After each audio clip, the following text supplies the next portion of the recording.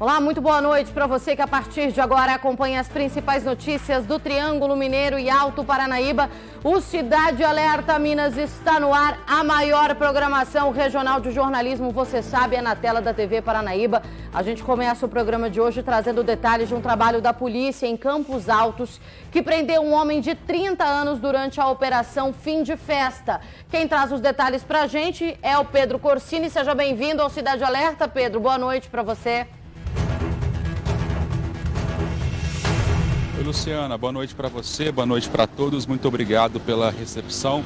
Bom, essa operação chamada Fim de Festa em Campos Altos teve o objetivo de combater a prática de receptação de mercadorias que são saqueadas em acidentes envolvendo caminhões, principalmente aí de bebidas em rodovias na região de Campos Altos. A Polícia Civil conseguiu, com um trabalho de inteligência muito bacana que eles realizam, identificar um local e conseguir recuperar aí mais de 260 garrafas de cerveja com cerca de 600 ml, além de recuperar outros 11 engradados plásticos em um local, então, que foi encontrada toda essa mercadoria que havia sido furtada no dia 26 de fevereiro, depois, então, de um acidente na região. Nós conversamos com o delegado responsável pelo caso, o doutor Jefferson Leal, que traz mais informações sobre esta operação em Campos Altos, e a gente confere agora na tela do Cidade Alerta. Essa operação teve como intuito combater os saques a cargas, a caminhões envolvidos em acidentes ocorridos na BR-262, próximo a Campos Altos. Desta forma, os policiais civis se deslocaram ao bairro Santa Terezinha, em Campos Altos, com o intuito de recuperar parte de uma carga de cerveja que foi saqueada de um caminhão acidentado na BR-262 no dia 26/2. Assim sendo, os policiais obtiveram êxito em localizar esse produto. Uma pessoa foi presa em flagrante delito pela prática do crime de receptação.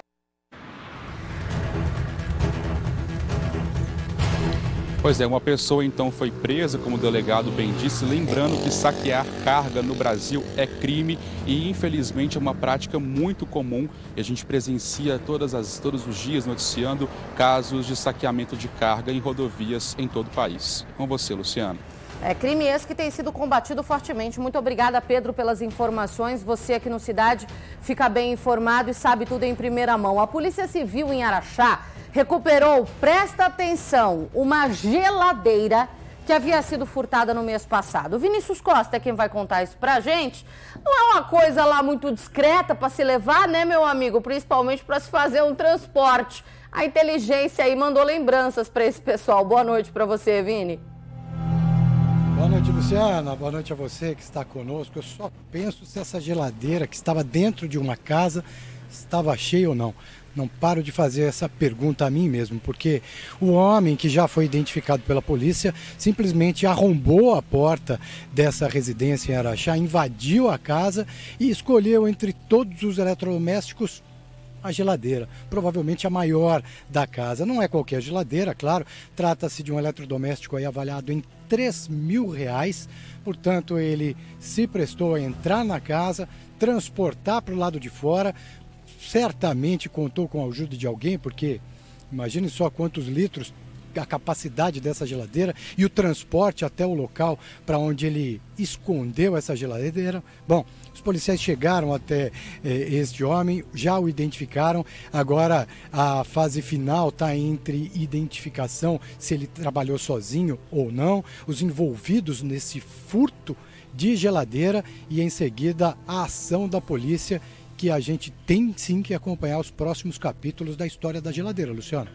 Que loucura, meu Deus do céu. Muito obrigada, Vinícius, pelas informações.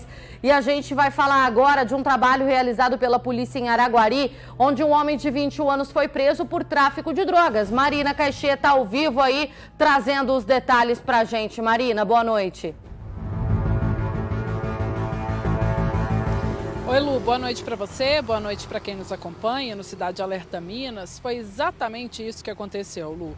Esse homem chegava na casa dele, no bairro Santa Helena. A polícia resolveu ali abordá-lo porque ele parecia estar desconfiado, parecia estar nervoso.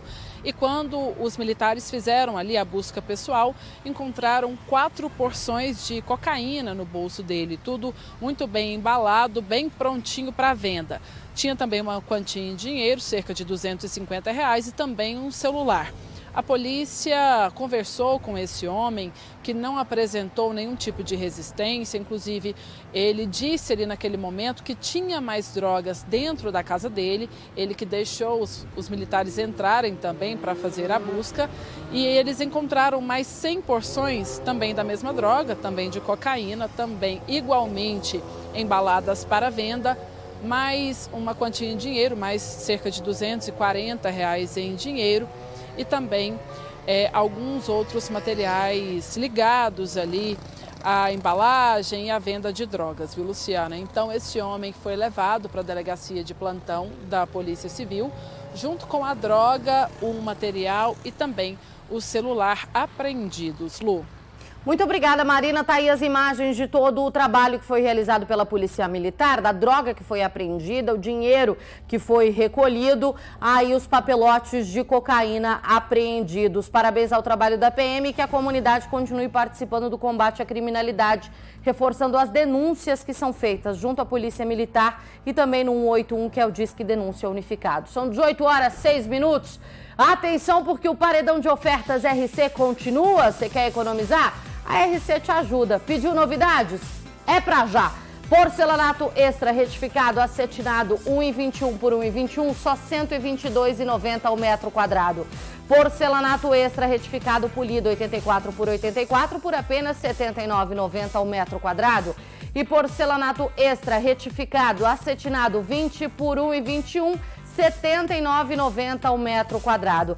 Paredão de ofertas RC, as peças queridinhas do momento, o maior estoque à pronta entrega, qualidade, segurança e economia. Você tem. Em Uberlândia são 3 lojas, Oswaldo Rezende, Tubalina e Santa Mônica. Em Uberaba está no São Benedito e em Araxá no São Geraldo. RC, distribuidora de pisos e porcelanatos, feirão todos os dias.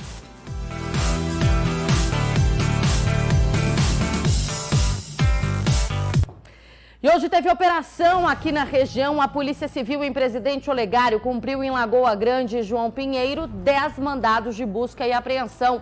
Ana Paula Lemos ao vivo no Cidade, trazendo as informações pra gente. Mandados aí que foram cumpridos hoje e terminaram de forma positiva, né? Essa operação aí. Boa noite, Ana. Boa noite para você também, Luciana. Boa noite a todos. Sim, de maneira positiva, de fato, muita coisa foi apreendida, havia muitas armas, munições. Essas investigações começaram depois que foi identificado o comércio ilegal de armas de fogo ali na região da cidade de Lagoa Grande. Então, durante a operação, foi preso em flagrante por tráfico de drogas um casal, sendo uma mulher de 21 anos e o companheiro dela de 32 anos. Esse homem que, inclusive, já possui 3 passagens por tráfico, também por posse irregular de arma de fogo com numeração raspada, e também foi preso um homem de 40 anos que também já é um velho conhecido da polícia, viu, Luciana? Ele possui passagens por receptação, estelionato e furto. E ainda foi preso um homem de 46 anos que também já tem passagem pelo crime de receptação. Além disso, um casal foi autuado por tráfico de drogas e um homem de 40 anos por posse irregular de arma de fogo. Um homem de 46 anos pagou fiança no valor de R$10 mil e posteriormente foi liberado. Essa operação que aconteceu hoje, Luciana, contou com um efetivo de 31 policiais civis, 10 viaturas, com apoio da Delegacia Regional aqui de Patos de Minas e também da cidade de João Pinheiro. Então, falei das prisões, né, e também os crimes. Agora vou falar o que foi apreendido com todas essas pessoas que foram presas, Luciana. Olha só, apreensão de 2 armas de fogo, uma espingarda calibre 12 e um rifle calibre 38, 101 munições e também foi apreendida muita droga. Olha só, 12 porções de maconha, além de uma balança de precisão e vários materiais aí utilizados para o tráfico. Lu. Muito obrigada, Ana Paula, a todos os detalhes dessa operação realizada pela Polícia Civil. Material que foi apreendido aí, sendo apresentado à comunidade. O Cidade Alerta Minas trazendo para você todas as informações desse trabalho que foi acompanhado pelos moradores. Movimentação intensa da polícia, mas o trabalho muito bem realizado com base em investigação, apuração, denúncias e levantamentos feito aí pelas equipes de investigação. Preocupada com a segurança dos alunos, a Universidade Federal de Uberlândia lançou uma campanha de tolerância zero aos trotes violentos. A tradição na comemoração aí aos estudantes entrarem na universidade pode acontecer, mas de forma voluntária e divertida. Uma comemoração que virou momentos de terror. Um jovem de 18 anos foi encontrado em um posto de combustíveis coberto de tinta depois de participar de um trote universitário. Ele estava desacordado e não se mexia. Passar em uma universidade federal é uma grande conquista. Por isso, alguns jovens acham que é o momento certo para comemorar de uma forma diferente. O estilo de Eduardo mostra que ele foi aprovado na UFO e, neste início de curso, passou por um trote. Teve a cabeça raspada em algumas partes e outras tingidas, mas nada forçado. Ele quis participar da brincadeira. Foi consensual e é muito divertido. Eu deixo os meninos brincar comigo, eu respeito os veteranos e é tudo nada violento e é tudo consensual. A universidade está fazendo uma campanha contra os trotes violentos, que podem causar constrangimento e até ferimentos. Nós iniciamos em campanha UFO contra o trote. A gente vem colocando também todas as faixas, mas também fazendo ações via online, fazendo ações virtuais, mandando para as unidades acadêmicas, os cursos acadêmicos. As entidades estudantis estão cientes dessa situação e a gente tenta envolver toda a comunidade universitária para que a gente possa, de fato, inibir esse tipo de ato aqui dentro. Os trotes são proibidos na UFO desde 1993, conforme uma regra interna da instituição. E a universidade, ela não incentiva nenhum trote que seja violento. Logicamente que se tiverem ações que são voltadas à solidariedade, voltadas a ações saudáveis e que os estudantes estejam confortáveis nessa situação, a instituição, logicamente, ela vai incentivar.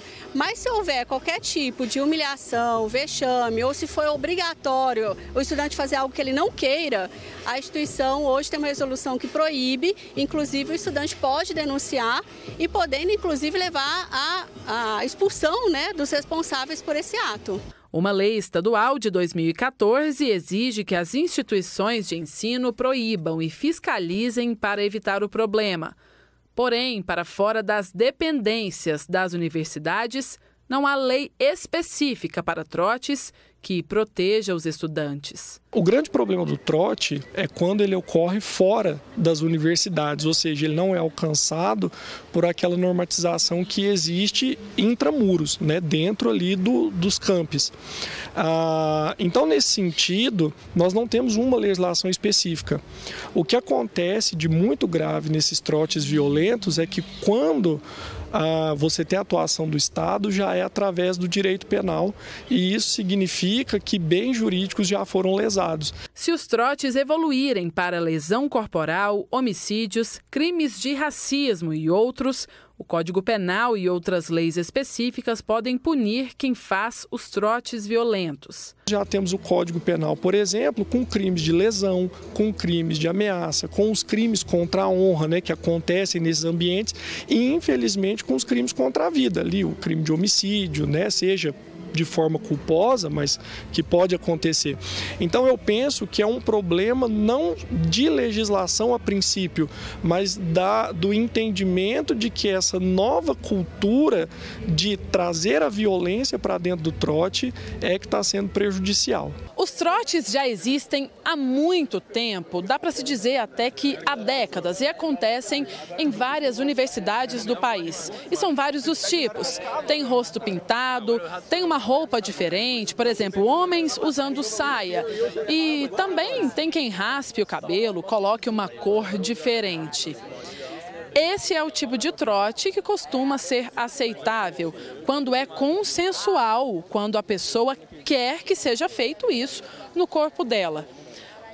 O mais importante é saber diferenciar quando ele é respeitoso e quando ele é violento. O trote está sendo consensual, a galera do meu curso é bem de boa. A gente ainda não chegou na parte de sujar, fazer tudo assim. A galera do meu curso não é daquelas pessoas que vai violentar, sabe? Passar dos limites. É sempre tipo assim, ó, posso tacar isso aí na sua cabeça? Posso tacar ovo? Posso quebrar? É tranquilo, só participa quem quer. Cada um tem o seu limite, né? Então, assim, passou do desagradável, já chegou no desagradável, né? Já é o limite, já passou e muito. Então, assim, cada um sabe o seu limite, o que gosta, o que faz ou não. Assim, os veteranos têm que respeitar o que cada um quer, né? E fazer algo que seja memorável e agradável. Em vez do trote violento, feiras de artesanato e reuniões recreativas no Centro de Convivência da Universidade foram a escolha dos calouros e dos veteranos. Gosto muito desse trote de brincadeira, pintura, se divertir, como um centro de convivência que está sempre aberto. A gente está tentando fazer uma integração mais desinibida, mas sem sujeira, sem muita bebida, tentando mais integrar do que gastar. Eu acho que a gente está aqui para se divertir, para estudar, não para sofrer violência, né? A gente reuniu todos os calouros e os veteranos e eles foram só pintando, mas eles perguntaram quem queria e quem não queria, foi super de boa. É bom a gente lembrar que o trote, a partir do momento que ele te fere, que você é humilhado, que você é deixado em uma situação de constrangimento, ele já caracteriza a violência. Não necessariamente precisa haver a violência física, o contato físico, como em algumas universidades acontecem. Há uma violência psicológica, a violência física, a violência verbal, e isso tudo é combatido aí pela Universidade Federal de Uberlândia. É um movimento que tem ganhado as universidades e faculdades. A gente sabe que esse momento de aprovação é um momento de muita alegria para os alunos, para os familiares, todo mundo quer comemorar, quer aí fazer parte dessa história, mas tem que haver respeito entre todos e que isso continue sendo aplicado dentro da UFA, um belo exemplo que a gente está dando aí para as outras universidades. Cidade Alerta vai para um rápido intervalo, em um instante só a gente está de volta. Olá, boa noite, boa quinta-feira para você. Quero falar da Solução Financeira. A Solução tem como principal objetivo melhorar a vida das pessoas, com transparência e com muita dedicação. Nós ajudamos mais de 50 mil famílias em todo o Brasil a quitarem suas dívidas, sempre por um preço justo. E eu tenho mostrado aqui os casos de sucesso. Mas hoje nós vamos ver um recado do Ratinho. São mais de 15 unidades em 11 estados do Brasil, prontas para te atender. Cada escritório conta com uma equipe qualificada para estudar o seu caso, tirar suas dúvidas e garantir uma oferta justa. Após a análise, você pode conseguir uma redução de até 70% do financiamento. Olha, essa confiança somente a Solução Financeira pode te oferecer, viu?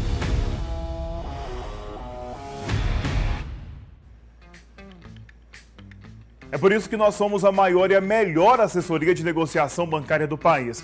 Perca tempo não, solicite agora uma análise gratuita da sua dívida pelo WhatsApp que está na sua tela, 349-9921-8102.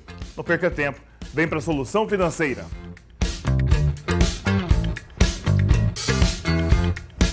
Em Ituiutaba, 3 homens foram presos por tráfico ao serem flagrados com cocaína. De volta no Cidade Alerta Minas, o Pedro Corsini trazendo todos os detalhes. Uma abordagem que aconteceu aí nesse trabalho rotineiro da Polícia Militar, né, Pedro?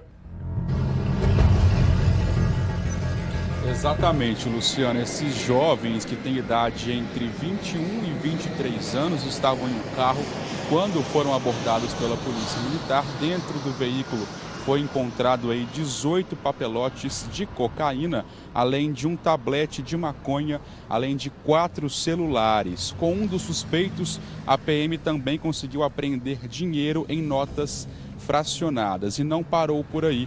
Durante as diligências, a polícia conseguiu localizar na casa de um dos autores mais papelotes de cocaína. Foram mais de 110 papelotes da droga, além também de dinheiro que totalizou quase R$ 1.500 e um total também de apreensão de papelote com mais de 120 papelotes de cocaína, além de um caderno com anotações relacionadas ao tráfico de drogas na cidade de Ituiutaba, que também foi apreendido pela Polícia Militar. Os 3 suspeitos, que são jovens, foram encaminhados aí para a delegacia e vão responder pelo crime de tráfico de drogas. Com você, Luciana. Muito obrigada, Pedro, pelas informações. A gente segue aí mostrando todo o trabalho das nossas polícias na região. Um jovem foi preso em Patrocínio, transportando também cocaína. Só que o detalhe é que ele levava esse carregamento em um ônibus. A Ana Paula Lemos é quem tem os detalhes e vai falar ao vivo para a gente agora como foi essa abordagem, Ana. Luciana, ele carregava tudo isso na bagagem de mão, viu? Em uma mochila. Essa abordagem, essa prisão aconteceram na BR-146 em Patrocínio. Foi durante uma abordagem de rotina da Polícia Militar Rodoviária. Então eles deram ordem de parada a esse ônibus que seguia de São Paulo com destino a Fortaleza. E quando eles estavam ali vistoriando esse veículo, né, fazendo ali toda a fiscalização, eles se depararam com esse jovem de 21 anos muito inquieto.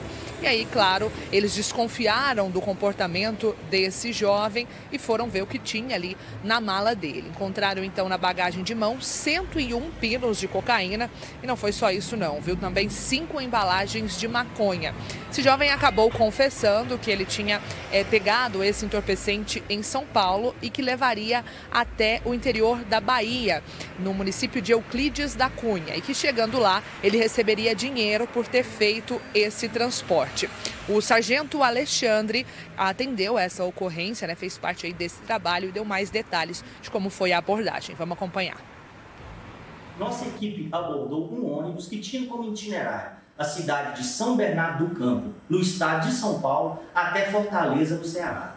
Durante a fiscalização dos documentos de porte obrigatório e identificação dos ocupantes do veículo, notamos uma certa inquietação por parte de um dos passageiros, esse do sexo masculino de 27 anos.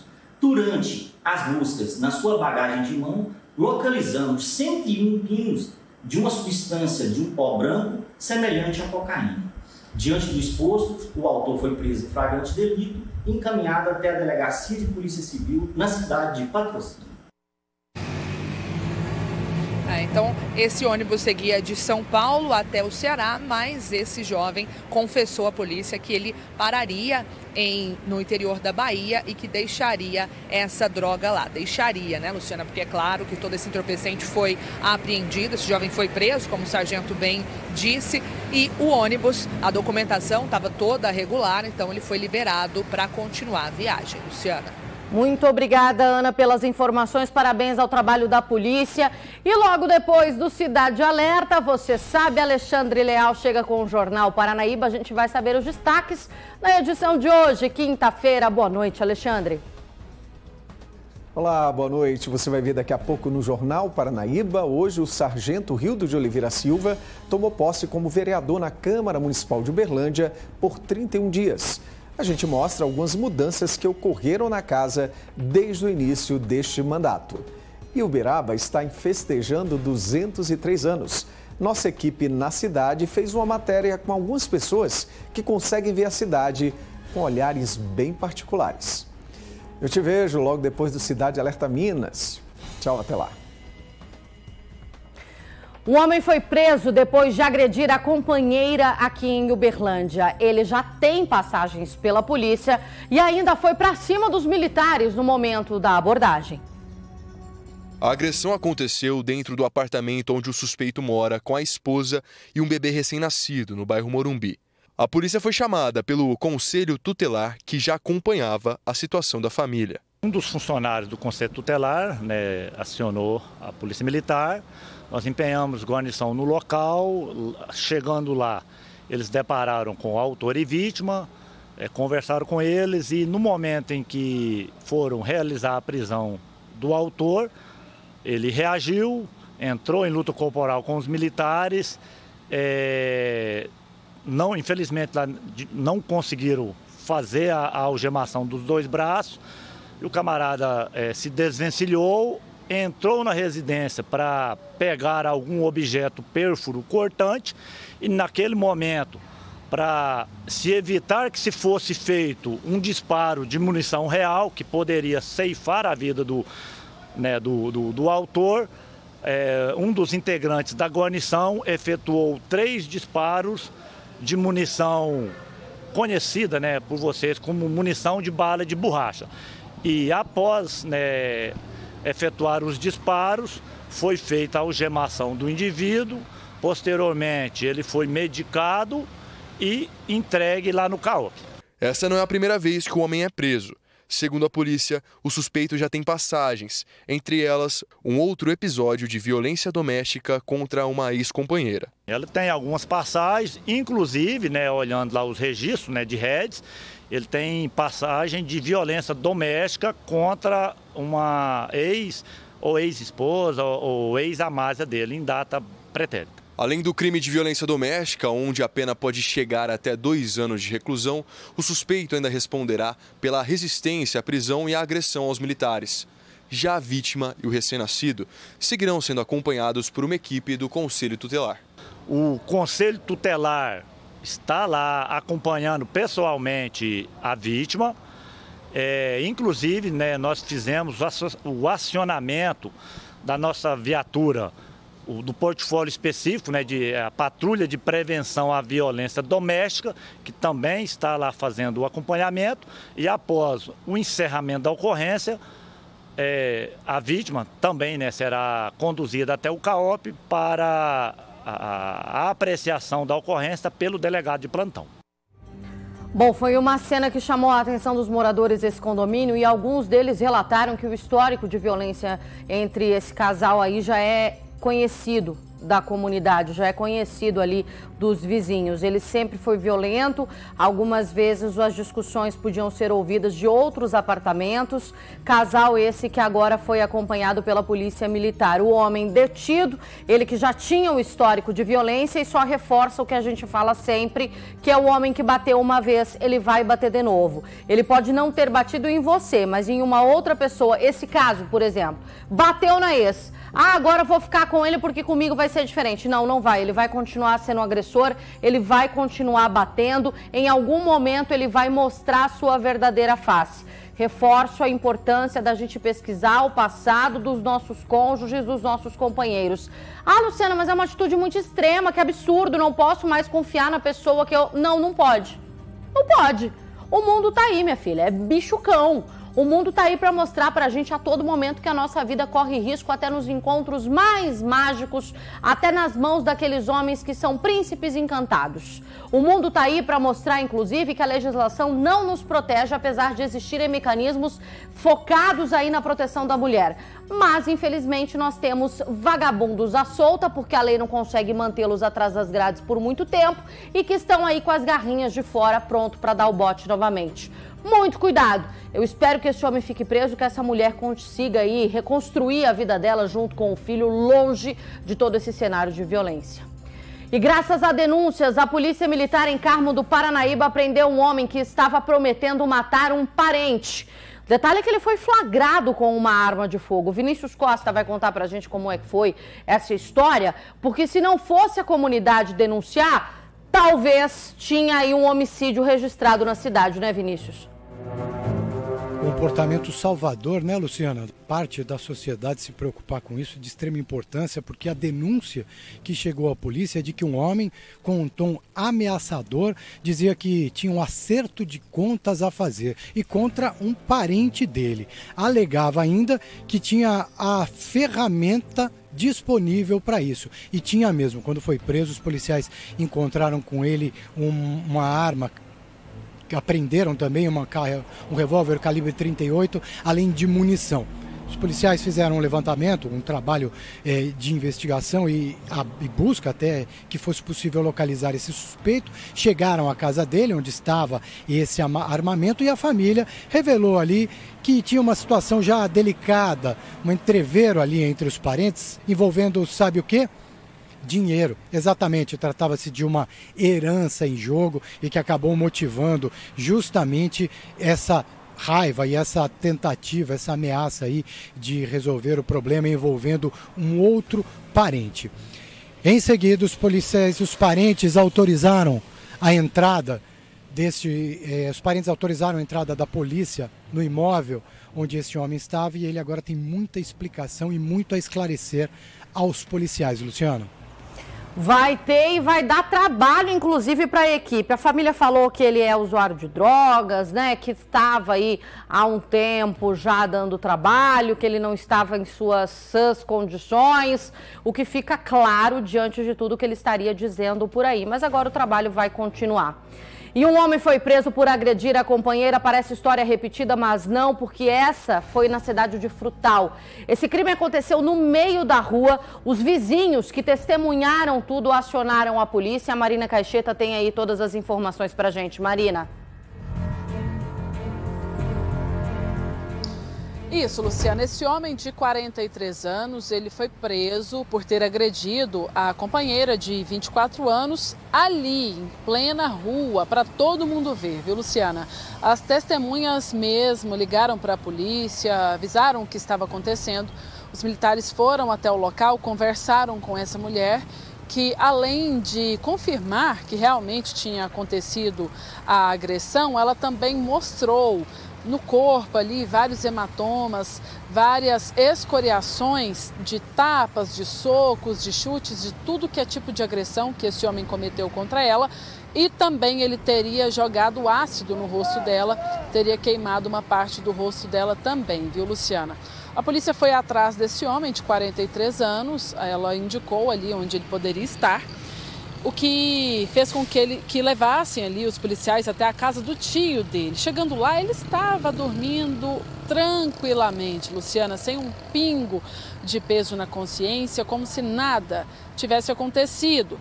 E aí o que ele disse para os militares foi que ele não é agressivo, que ele é um bom homem, que ele só teria cometido essas agressões porque estava sob efeito de crack, como se isso fosse retirar toda a responsabilização dos machucados e dos ferimentos que ele cometeu contra essa jovem de 24 anos, né, Lu?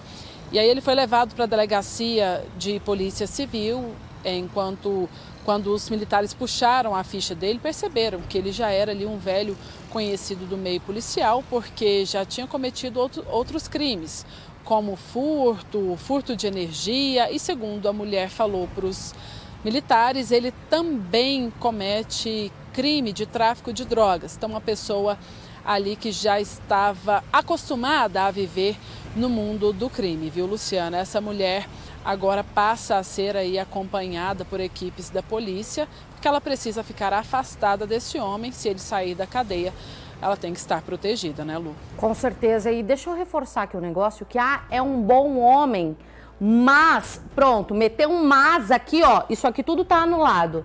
Ah, bateu um mas é um bom homem. Não, não é um bom homem. A partir do momento que bate, que ameaça, que humilha, que espanca, que faz aí terrorismo psicológico, que sofre, que faz com que a pessoa sofra aí com violência psicológica, física, moral, financeira, tudo isso que está envolvendo um relacionamento abusivo, ela não é uma boa pessoa. Então ele não é um bom homem, ele é uma ótima pessoa para os outros. Se ele é ruim para a companheira, ele é ruim para todo mundo. Ele é, na verdade, um falso. É isso que ele é. Ele é falso, ele é um ator, ele consegue ali naquele momento se vestir de uma personagem bonitinha, queridinha, fofinha, uma pessoa que todo mundo ama, mas por quê? Porque ele está escondendo a sua verdadeira face, a sua verdadeira identidade, que é de quê? De um abusador, de um agressor. Então para com essa história de que é um bom homem, mas perdeu a cabeça. Não, se ele fosse um bom homem, ele não tinha perdido a cabeça. Se ele fosse um bom homem, ele não era agressor. Se ele fosse um bom homem, ele respeitava a esposa, coisa que não fez, portanto, que pague pelo crime. Mais uma fase da Operação Hortus, foram 16 motos apreendidas nesse trabalho, que foi feito aí com base no combate ao furto, roubo, receptação e também adulteração de veículos. A Polícia Civil de Minas Gerais desencadeou a segunda fase da Operação Hortos, por meio da Delegacia de Furtos e Roubos aqui da cidade de Uberlândia. Houve a recuperação de várias motocicletas produtos de crimes e que tinham sido adulteradas, estavam voltando para o meio social por meio de ações criminosas também. Dr. Marcos Tadeu, delegado-chefe da Polícia Civil, conta mais detalhes para a gente, até porque esses primeiros crimes desencadeiam outros também. Exatamente. A Operação Hortos, mais uma operação exitosa, capitaneada pela equipe do Dr. Vitor, um combate qualificado aos crimes envolvendo veículos automotores, especificamente motocicletas. Qual que é o foco da operação? Na primeira fase, nós tivemos uma investigação muito bem feita, criteriosa, minuciosa, e ontem, na segunda fase, houve a apreensão de 16 veículos de origem ilícita ou origem duvidosa. O que acontece? Existem veículos que são produtos de sucata, chassi todo picotado. Esses veículos não podem ser comercializados, eles são para sucata, eles não podem transitar em via pública. Perfeitamente, o que acontecia? Nós descobrimos que determinado ferro velho e os seus proprietários estavam adquirindo esses veículos juntamente com veículos de origem supostamente ilícita, ou seja, produtos de furto, de roubo, motocicletas furtadas ou roubadas aqui na nossa cidade e região. Picotavam o chassi, colocavam como se fosse sucata e as comercializavam. Com isso, eles faziam o quê? Incentivavam crimes patrimoniais aqui na nossa cidade, como, por exemplo, furtos e roubos de motocicleta. E aí entra a importância deste trabalho investigatório bem feito, no sentido de que, primeiro, determinarmos quais motocicletas são efetivamente sucatas, foram adquiridas de leilão, e quais foram obtidas de forma ilícita. Bom, essa fase da operação de identificar essas motocicletas será uma próxima fase. Nessa, quais foram os alvos de investigação? Os alvos de investigação foram ferro velhos, especificamente aqueles clandestinos, aqueles que não possuem qualquer documentação no Detran ou nos órgãos especializados para o comércio, entre aspas, de sucata. Ou seja, utilizavam essa fachada para o comércio ilícito de veículos automotores, motocicletas. Alguma pessoa foi presa nessa circunstância? Não. Por que não houve qualquer prisão? Porque nós necessitamos aprofundar as nossas investigações para que possamos pormenorizar a responsabilidade penal de cada um. O réu preso, o inquérito tem que ser concluído no prazo de 10 dias. Os pontos visitados, foi um ferro velho em que bairro da cidade? Foram vários pontos aqui na cidade, especificamente um no bairro Tibere. Foram apreendidas então essas 16 motocicletas. Todas no mesmo local? Todas no mesmo local. Agora, então, os próximos passos e o que significa Hortos? Hortos é o nome de um cachorro, na mitologia grega, era considerado um dos cães pastores mais bravos que tinha na mitologia grega. E é exatamente isso que nós temos aqui. Se Hortos protegia o seu rebanho, aqui os nossos policiais protegem a população decente, a população trabalhadora do Triângulo Mineiro. Essas pessoas, elas poderão responder por quais crimes, quanto tempo de prisão elas poderiam pegar? Pois bem, nós podemos partir do furto, roubo, receptação, adulteração de sinal veículo automotor, até mesmo associações criminosas ou até uma organização criminosa. O quantum de pena vai demandar o quê? Da quantidade de crimes que nós conseguimos demonstrar que cada um tenha praticado. Bom, o trabalho da Polícia Civil que está só no começo. São 16 veículos agora aí que passam por esse trabalho pericial. A investigação está em andamento. Claro que o Cidade Alerta Minas vai acompanhar. Você que teve uma moto furtada, roubada, pode entrar em contato com a Polícia Civil aí para pegar mais informações sobre esses veículos. Mas calma, porque antes é necessário o período pericial. Depois essas motos serão encaminhadas ao pátio e restituídas aos proprietários aí diante da identificação. O Cidade Alerta vai para um rápido intervalo. Em um instante só, daqui a pouquinho a gente está de volta. Cidade Alerta de volta. Em Frutal, a Polícia Militar prendeu um homem que invadiu a casa da vizinha armado com uma faca. Vinícius Costa aqui com a gente, explicando pra gente o que é que esse homem queria fazer na casa da vizinha, Vinícius. Teria começado por causa de uma discussão, é isso? Diz ele, Luciana, que foi lá só para dar um susto, viu? Só que ele estava armado com uma faca. A vizinha estava sentada ali no sofá, assistindo televisão tranquilamente, ouviu um barulho estranho na cozinha, Quando chegou lá para ver o que era, se deparou com um homem tentando somente esconder o rosto com um pedaço de pano. Claro, na hora ela percebeu quem era, o vizinho, morador da casa ao lado. Ali dentro, armado com a faca, os dois entraram ali em uma discussão, luta corporal, e esse homem armado aí com a faca acabou atingindo, causou um ferimento aí nas mãos dessa mulher. Ela pediu socorro, o homem acabou fugindo, os policiais foram chamados e se depararam ali com uma história que a gente ainda vai tentar digerir para entender a iniciativa. Poucos dias antes, essa mulher havia pedido ao vizinho que baixasse o som. Música alta, a gente sabe como isso incomoda toda a vizinhança, só que o homem não gostou dessa atenção, desse pedido de atenção da vizinha e resolveu invadir a casa desta senhora, desta mulher, e dar um susto, segundo ele disse à polícia. Mas essa conversa de susto aí acabou não sendo aceita pelos policiais. Ele foi detido, levado e tem explicações a dar, porque tentar esconder o rosto com um pedaço de pano e armado com uma faca para dar susto, essa não colou, Luciana? De forma alguma, o plano dele estava muito bem orquestrado. Ainda bem que ele encontrou uma mulher forte no caminho para impedir que ele de fato botasse a ação em prática ali, né? Ela lutou bravamente com ele porque ela sabia que naquele momento a vida dela estava em risco. Acabou lutando, teve um corte, mas pelo menos está viva. Agora esse agressor foi levado para a delegacia e autuado pelo crime. 13 trabalhadores foram resgatados em Monte Alegre de Minas. Eles trabalhavam em condições desumanas no corte de eucalipto. Isso aconteceu em uma propriedade rural. Eu vou chamar a Marina Caixeta, que tem as informações. Esse combate ao trabalho análogo ao escravo aqui no estado acontece muito fortemente. E mais uma vez estamos aí envergonhados, não é, Marina, com tudo isso que aconteceu, porque são 13 homens que estavam ali em condições degradantes. Envergonhados por ter que dar uma notícia como esta aqui em pleno 2023 para o telespectador do Cidade Alerta Minas, porém aliviados que essas 17 vidas, esses 17 trabalhadores agora estão salvos e estão livres, né, Luciana? É muito triste porque muitas vezes eles não têm escolha, precisam ali alimentar a família, acabam aceitando o que vem e tem pessoas que se utilizam, que aproveitam desse tipo de situação para fazer o que querem desses trabalhadores. E a situação deles era terrível lá no local, viu, Luciana? Essa operação foi deflagrada pela Gerência do Trabalho de Uberlândia em conjunto com a Polícia Rodoviária Federal e teve início aí a operação no dia 14 de fevereiro. Esses trabalhadores eram operadores de motosserra e também auxiliares, submetidos a condições análogas à escravidão na atividade de corte de eucalipto.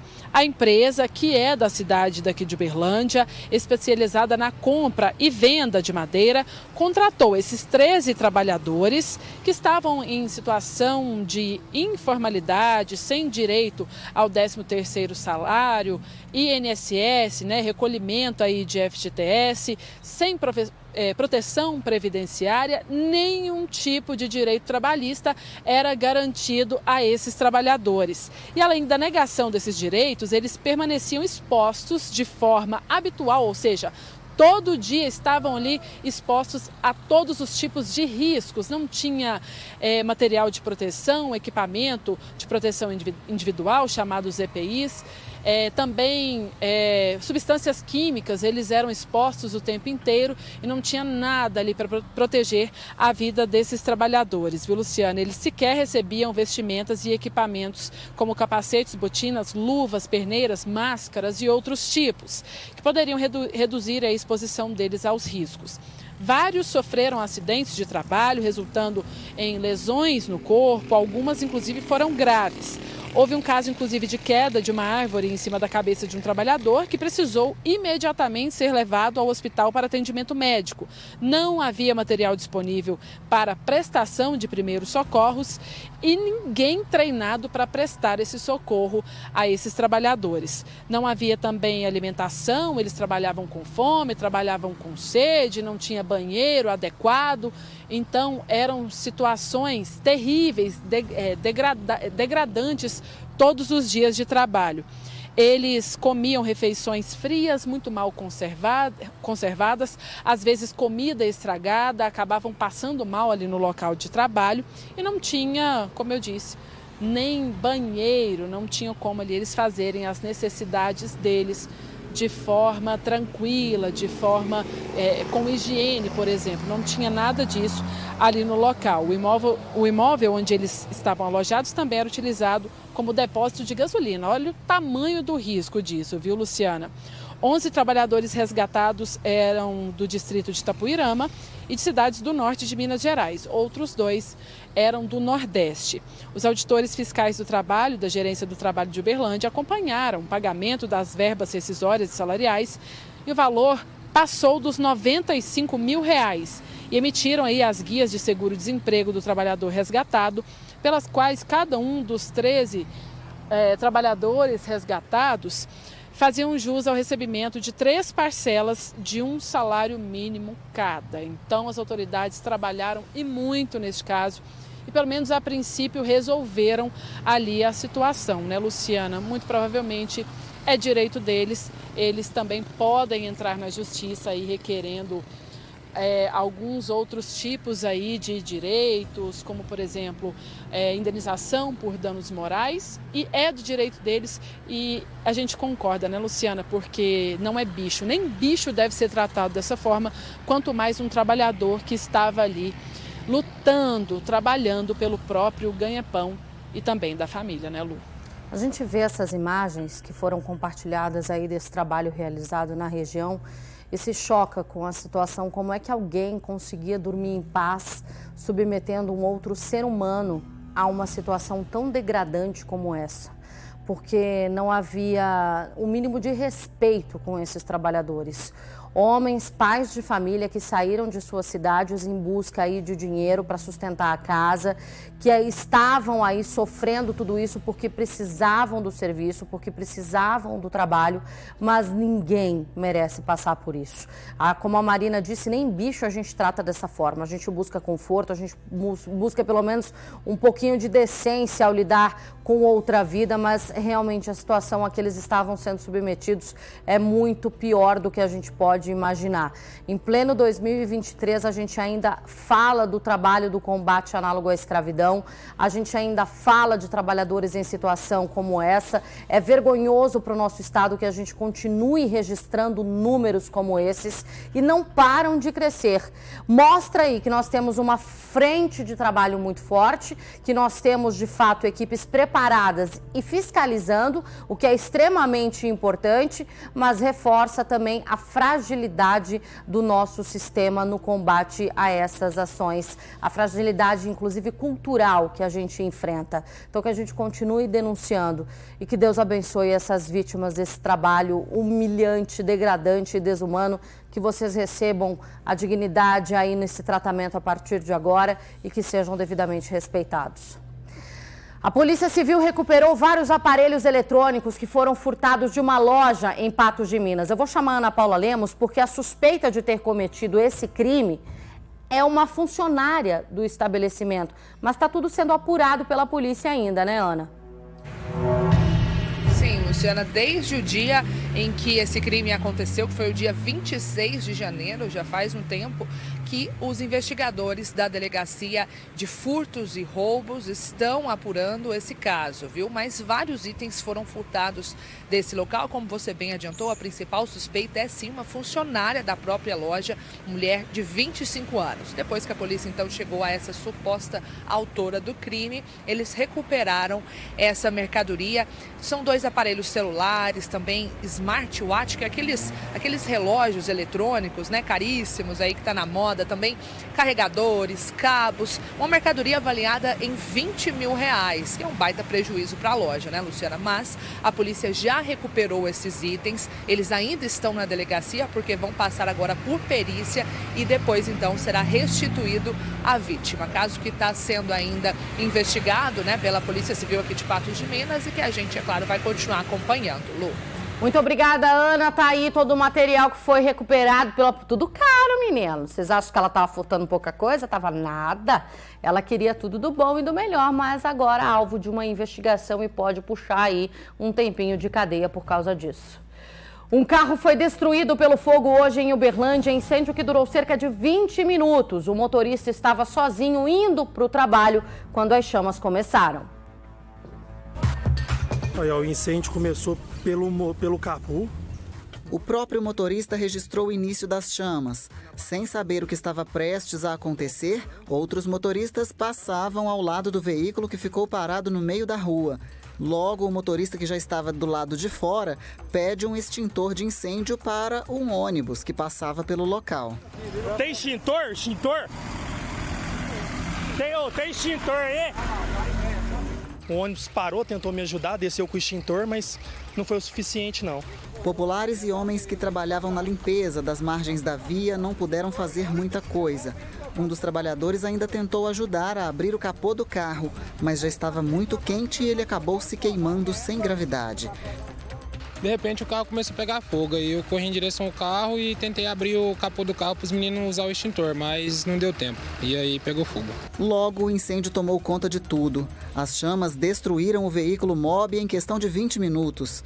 O motorista estava sozinho quando o fogo começou. Não me feri, estava sozinho, deu tempo de eu descer, pegar minha mochila de trabalho e sair de perto, para evitar maiores danos. O representante comercial da área de peças havia alugado o carro para trabalhar e acabou perdendo materiais por não ter tido tempo de retirá-los do automóvel. Tinha umas peças, que eu mexo com peça, tinha uns R$600 de peça, mas sim, dinheiro vai, dinheiro vem, A vida que a gente tem que preservar. Já de longe, sem ter o que fazer, Roberto ficou observando o fogo consumir o carro.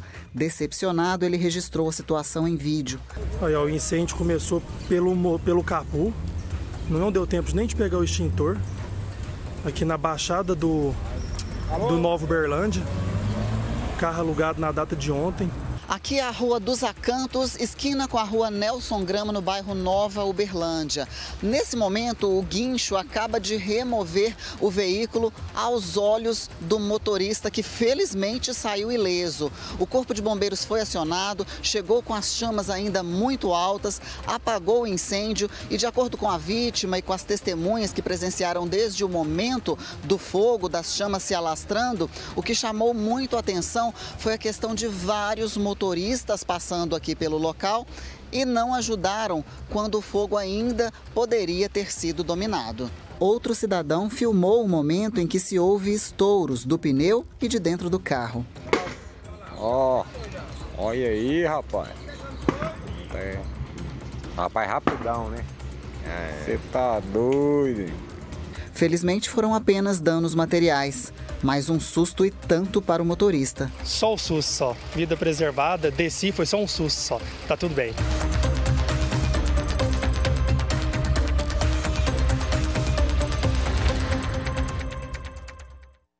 Graças a Deus, o mais importante é que ninguém se feriu. São 18h59. Eu peço a sua atenção para o caso assustador que o Cidade Alerta Minas mostra a partir de agora. Uma mulher de 33 anos foi vítima de cárcere privado e exploração sexual em Uberlândia. Durante 18 dias, ela foi obrigada a se prostituir e ainda era estuprada pelo criminoso. Um relacionamento que começou na internet e hoje se tornou um caso de polícia. Sofrimento que a mulher jamais vai esquecer. A notificação no celular que mudaria a vida de uma mulher.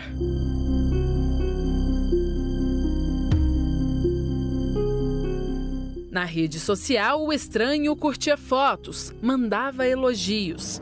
Esta mulher, que prefere não se identificar, se sentia lisonjeada com tanta atenção. Eu me apaixonei completamente, não vou mentir. Foi assim, fiquei cegamente apaixonado por ele desde o primeiro dia. E eu não sei te explicar por quê.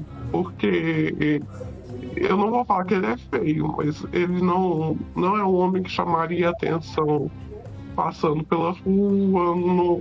O que ele tem de diferencial é ser simpático. ou que hoje eu vejo que é bom de lábia, né? Depois de um tempo, as mensagens por meio das redes sociais acabaram evoluindo para um relacionamento. Ela, moradora de Pains, na região centro-oeste do estado, e ele, morador de João Monlevade, na região metropolitana de Belo Horizonte. Ele ia visitá-la, conheceu os pais e também outros familiares da mulher e os amigos também. Ela já notava alguns comportamentos estranhos, mas, apaixonada, resolveu ignorar os sinais. Nessa primeira vez que ele veio aqui, ele já me pediu para passar uma semana aqui para me conhecer. Só que detalhe, ele não queria pagar hotel. Ele já queria que meus pais aceitassem isso, né? E meus pais não aceitam. Meu pai fala até que tem um sexto sentido, né? E nunca foi com a cara dele. Pouco tempo depois, o namorado chamou a companheira para eles virem morar em Uberlândia, tentar uma vida melhor. Ela, ainda meio desconfiada, mas resolveu aceitar. Aqui, o aniversário dele chegou e o pedido de presente que ele fez a ela a fez ficar surpresa. Era sexo a 3. Logo, os pedidos foram evoluindo para outros tipos de sexo. Sempre falava que a única coisa que nenhuma namorada tinha feito para ele era uma homenagem, que isso fazia ele se apaixonar, que eu era a mulher da vida dele, que a gente ia casar, que a única coisa que faltava para nós era isso. Aí eu falei, então tá, desde que eu não seja com outro homem. Eu não quero, seria mais ou menos assim, eu não quero participar, quero só estar ali.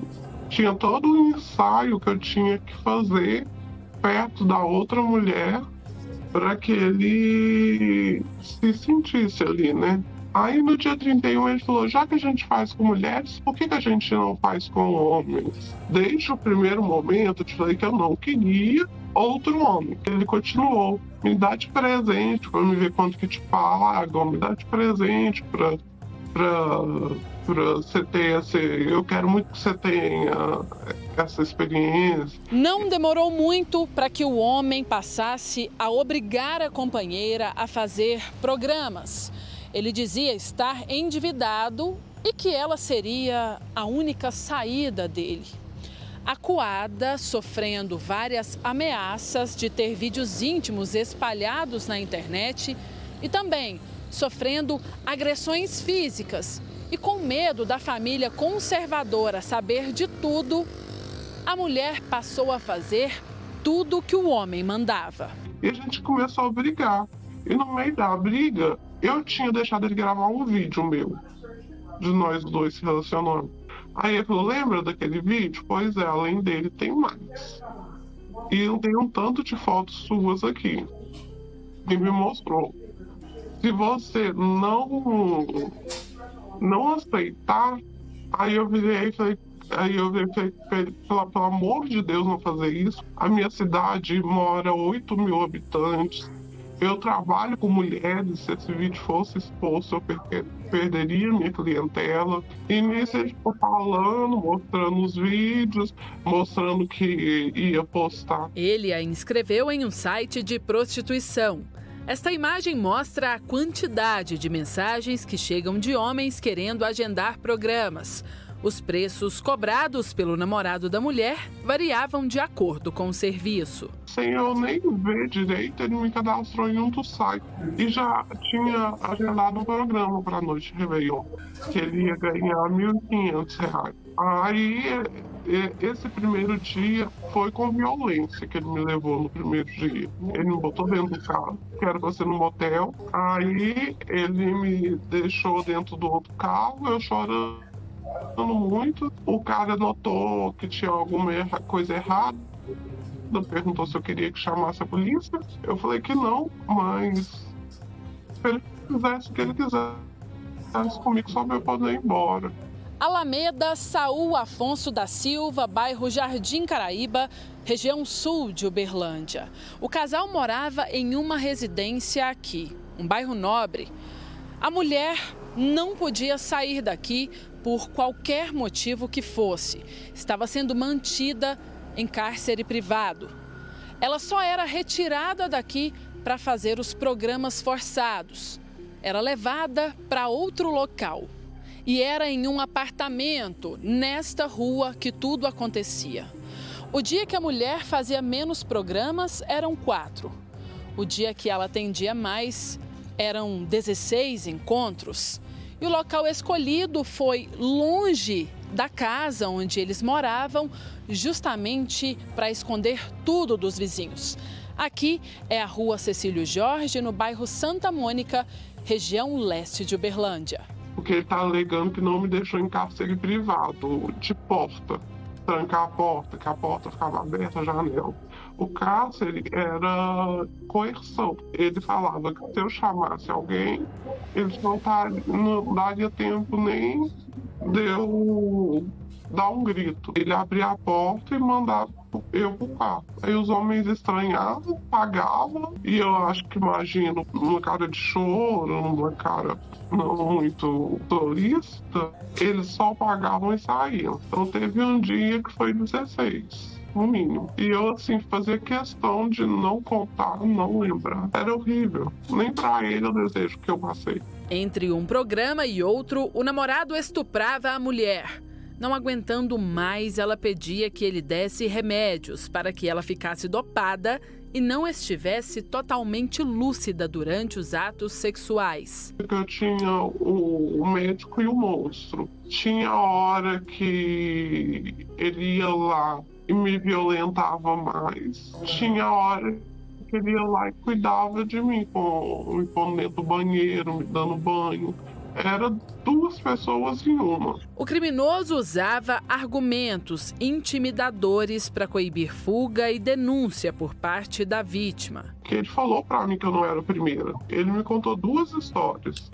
Uma com uma viúva e com a filha dela de 15 anos, que ele fez, casou juntas, e também chantageou elas. E uma com uma senhora de 70 anos que frequentava o bar da mãe dele. Até que depois de 18 dias, machucada pelos homens que pagavam os programas e pelo próprio companheiro, ela conseguiu fugir. E eu falei assim, aqui eu não posso ficar, não importa. Foi ali que eu acho que caiu a ficha, que ali eu morreria. Eu nem sei o que eu fiz, porque foi tudo mecânico. Eu não planejei nada do que eu fiz naquela hora, nada. Aí nisso ele não abria o portão, ele me segurava, ele falava que o meu cachorrinho não ia sair. Aí eu eu tava nua. Peguei um vestido no chão, botei, comecei a gritar. Eu acho que os vizinhos ligaram para a polícia. Eu cheguei a conta de discar 190, mas eu acho que eu não consegui falar, porque eu realmente só disquei e deixei ali. E gritava muito. Um boletim de ocorrência foi feito e a jovem também representou na justiça contra o próprio namorado, o agressor. Ela depois voltou para casa, para a terra natal. E mesmo hoje, estando em um ambiente de proteção junto com os pais, a família e os amigos, ela ainda sente medo. É que as lembranças dos momentos de terror, os estupros e as agressões constantes não saem da mente da vítima. Quando ele foi solto, mandaram eu fazer uma medida protetiva. E lá na medida protetiva fala que ele está na residência fixa dele. Agora, eu tenho minhas dúvidas se é aí no Jardim Caraíba ou se é em João Molevade. Justiça. Só ela poderia amenizar um pouco do sofrimento da mulher. Porque a coisa que eu mais quero é justiça. É ele preso aí. É muito triste saber que uma violência como essa aconteceu tão perto da gente, que tantas pessoas tiveram aí a oportunidade de ajudar e que tantas pessoas viraram as costas para essa mulher no momento de extrema fragilidade. O homem aí, o processo corre em segredo de justiça e numa tentativa de preservar a vítima, a gente não pode divulgar a foto do agressor. porque automaticamente essa vítima aí seria exposta. Mas não é por falta de vontade. Homens como esse não representam, de fato, a classe e são verdadeiros criminosos que precisam ser devidamente punidos. Homens como esse não merecem estar aqui do lado de fora e não merecem, em hipótese alguma, serem beneficiados com as brechas da lei. Mas ainda assim isso acontece porque é o que eu sempre falo, o Brasil odeia mulheres. O Brasil, a legislação brasileira odeia mulheres que são vítimas de violência, principalmente quando estamos falando de violência sexual. Essa mulher foi submetida a todos os tipos de tortura, física, psicológica, emocional, patrimonial. Ela foi ameaçada, foi violentada, foi estuprada, foi humilhada por esse criminoso. E ainda assim, mesmo diante de tantos relatos, de indícios, de comunicações, de todas as histórias e da polícia conseguir chegar até as outras partes, a esses clientes, enfim, havia aí uma materialidade suficiente para que ele pudesse ser mantido atrás das grades. Ele conseguiu o benefício de sair. Ele conseguiu, ele está em liberdade. É isso que não entra na minha cabeça. É isso que eu não consigo entender. O que é que se espera? Uma nova vítima? Uma vítima que vai morrer efetivamente para que ele seja devidamente punido? Em que momento a justiça entendeu que isso poderia ser um crime? Que, vamos deixá-lo solto até a conclusão dessa investigação? Qual é a régua? Qual é a linha que mede tudo isso? Porque essa mulher está escondida, com medo, reconstruindo a vida em um lugar distante, afastada das pessoas que ela ama, afastada das pessoas que ela confiava antigamente, porque agora toda relação, toda pessoa que se aproxima dela, ela tem medo, enquanto ele segue uma vida normal. A nossa justiça não nos protege. O caso é acompanhado pelo Cidade Alerta Minas e você pode ter certeza que nós vamos lutar até o fim para que essa mulher seja respeitada e para que a punição venha, mas venha a cavalo, a galope. Eu não quero nem que venha a trote, não. Eu quero que venha a galope, que é para sair atropelando, derrubando tudo de tão forte que ela virá. Porque por mais que a justiça não seja tão confiável, ainda há uma ponta de esperança. Ainda há um resquício ali de credibilidade. E é nisso que eu quero apostar nessa história. Eu vou para um rápido intervalo e daqui a pouco eu estou de volta. Um rapaz está desaparecido em Uberlândia desde o mês passado. A família já procurou em vários locais e foi vítima até de golpistas que exigiram dinheiro pelo paradeiro dele.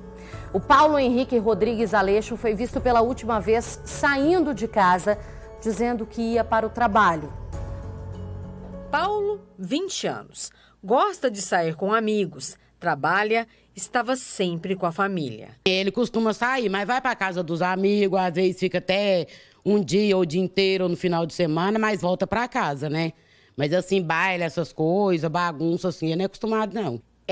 Estava, porque desde o começo do mês passado, Paulo Henrique Rodrigues Aleixo não é visto pela mãe e nem pelos irmãos. Vilmone conversa conosco com um semblante muito triste. O desespero tomou conta de todos. Nesse dia que ele saiu, ele estava com roupa de serviço, foi lá na empresa, falou que ia trabalhar e de lá não apareceu mais. Sumiu, do nada. Agora estou sem notícia, estou sem nada dele. Paulo foi visto pela última vez no dia 3 de fevereiro. Saiu de casa e disse que ia para o trabalho. O rapaz mora com a mãe e tem o costume de sair no fim de semana e ficar com amigos. A família já procurou em vários locais. Já fui na casa dos amigos, fui nas casas dos parentes e tudo, colocou tudo nas redes sociais, já fiz BO, já fui lá no batalhão, já fui nas UAI, já puxou tudinho lá, nada, ninguém dá notícia, ninguém. A suspeita de Vilmone é de que o filho possa ter passado mal e não consegue se comunicar com a família. Ele é déficit de atenção, então não sei se deve ter dado uma coisa na cabeça dele, ele não está conseguindo achar o rumo de casa, algum problema é. Na ansiedade por notícias e mais, para ter o filho de volta, a família foi vítima de criminosos. Vendo o desespero da mãe, os familiares fizeram a divulgação do desaparecimento do Paulo nas redes sociais. Eles receberam a ligação de um homem dizendo o seguinte: ele sabia onde o Paulo estava machucado, precisando de atendimento médico. Disse que podia trazê-lo até uma unidade de saúde. O local combinado? Esse aqui, o Uai São Jorge. Só que eles deveriam pagar R$500. Os familiares pagaram e ficaram aqui esperando. Só que esse homem não apareceu. Foram vítimas de golpe. Isso é brincar com as pessoas, né? Que é um caso muito sério. Isso não é brinquedo. Não é brinquedo para as pessoas fazerem isso. Ninguém sabe o que a gente está passando para poder ainda vir aplicar golpe ainda. A família pede que a comunidade ajude com a informação correta que leve até onde está Paulo Henrique. A mãe nos explica que o filho não reclamou de nada, de nenhum problema, e que nas últimas semanas estava mais quieto em casa. Eu tinha uns 2, 3 meses que ele nem saiu o pé no portão na rua, só dentro de casa, sem sair para a rua mesmo. É só trabalhando e quietinho, nada, de repente. O paradeiro de Paulo é um mistério e um desafio para todos. Por isso, a informação certa é fundamental para encontrar o rapaz. Se for para passar a informação correta, sem brincadeira, que a gente não está aqui para poder brincar. É triste demais, né? Você já está numa situação de extremo desespero, você já está aflito, querendo aí buscar informações, querendo saber onde ele está e ainda tem que lidar com criminosos, com essa vagabundagem que faz...